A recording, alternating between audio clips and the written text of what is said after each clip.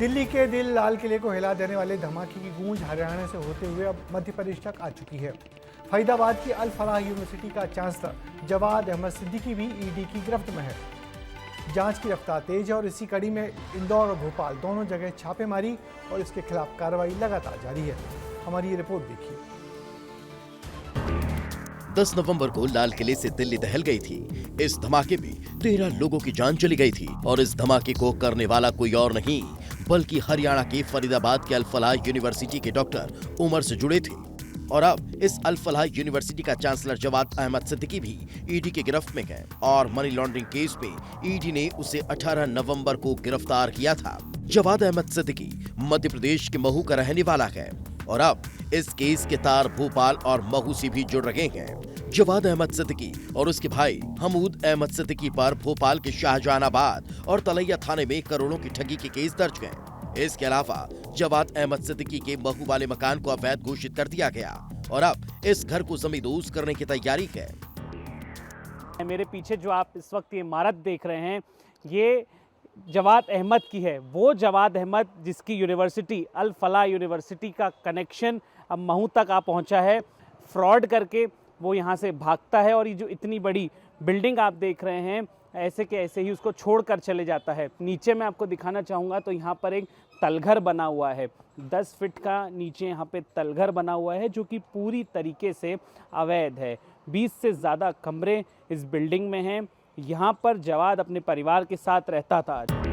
Cantt board के अधिकारी बुधवार सुबह अपनी टीम के साथ मौके पर पहुंचे और ये कार्रवाई की। जांच में ये भी सामने आया है ये मकान 860 वर्ग फीट क्षेत्र में बना है, लेकिन निर्माण अनुमति लिए बिना ही G+1 का स्ट्रक्चर बनाकर अतिक्रमण किया गया है। सबसे बड़ा खुलासा यह कि घर के अंदर एक अवैध बेसमेंट भी बनाया गया है जिसकी कोई मंजूरी नहीं ली गई। बेसिकली यहाँ पे एक मकान है हमारे मुकेरी मोहल्ले महू में, जो जिसके लिए जवाद अहमद ने म्यूटेशन के लिए अप्लाई भी कर रखा है। उनके पिता के नाम से ये मकान है, तो पूरा मकान ही अनाधिकृत निर्माण है। तो काफ़ी समय से जब ये घटना के बाद में फाइल का संज्ञान आया तो पता लगा कि कार्रवाई पूर्ण हो चुकी है, तो उसको तोड़ने के लिए नोटिस जारी किया गया। इंदौर में चल रही कार्रवाई के अलावा भोपाल में भी इन अपराधियों की क्राइम कुंडली खंगाली जा रही है। मध्य प्रदेश पुलिस जवाद अहमद सिद्दीकी के भाई हमूद अहमद सिद्दीकी को 3 दिन पहले ही हैदराबाद से गिरफ्तार कर चुकी है। आरोप है कि साल 1995 में इन दोनों भाइयों ने मिलकर लोगों को ठगा था।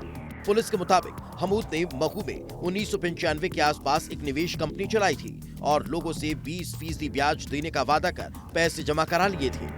कंपनी 2 साल चली और तीसरे साल वह पूरा परिवार लेकर फरार हो गया। इन तीनों केसों में PIC की धारा 420 और अन्य धाराएं लगी थी। इसके अलावा 1988 और 1989 में इसके खिलाफ दंगा और हत्या के प्रयास के मामले भी दर्ज थे। पुलिस ने यह भी बताया कि सैकड़ों लोगों को बेवकूफ बनाया गया और फर्जी बैंक बनाकर पैसे दोगुने करने का लालच दिया गया। सन 1995-96 करीब उनका एक फिनकॉम फाइनेंशियल कंपनी चलता था, जिसका नाम था अल फहद, जिसमें वो खुद मैनेजिंग डायरेक्टर थे और उनकी पत्नी और एक और व्यक्ति था। और इनके द्वारा लाखों का गबन किया गया था। लगभग 3 कंप्लेंट जो मैं बता रही थी, एक में लगभग उनका 2 लाख, 2 कंप्लेंट में लगभग 20 लाख और 5 लाख, ऐसे करके लगभग अबाउट 40 लाख का जो है अमाउंट था।